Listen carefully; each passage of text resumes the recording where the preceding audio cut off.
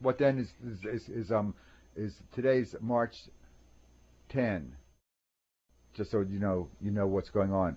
And this happens to be an anniversary of an event which I think about only because it came into my mind. Do I want to think about it? I don't know. I don't even care whether I want to think about it or not. I just think about it. Here's what happened. Like in 1959, there's a place over in the mountains north of India called Tibet. You probably heard of Tibet. You know the guy, that guy, the Dalai Lama, the 14th Dalai Lama.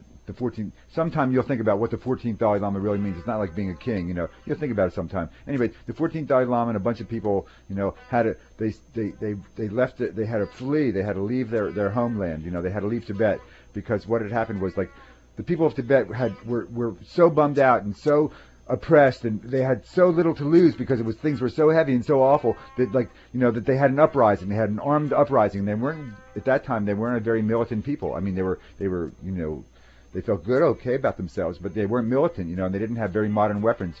But China, the country of China took over Tibet. They started moving in about 1950, and they sort of occupied it they claimed it as part of China. Meanwhile, so the occupation became so horrible that the people, had they had a revolution, you would call it a revolution, and so they tried to get rid of the people that were oppressing their country. They don't have a similar language. The language is different. They don't have, they share similar kind of things because they're in a similar geographic location. But the Tibetans were on this elevated plateau in the Himalayas, that were like nobody could get to there because it was such a hardship. Except in the modern age, and then that's what happened. And so this guy, the Mao Zedong, he was in charge of that, and then they keep the thing going for that China, Tibet is 1/3 the size of China. It's not a small country. It's huge. It's big, and it has all the major rivers of for India and for China originate up there in the high plateau of Tibet where all those snows are. Anyway.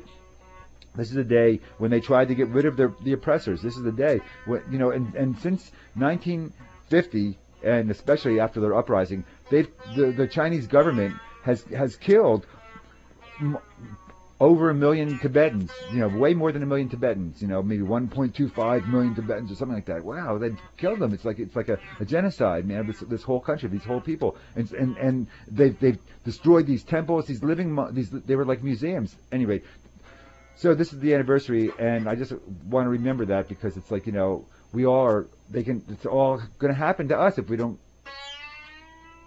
protect our freedom and help others.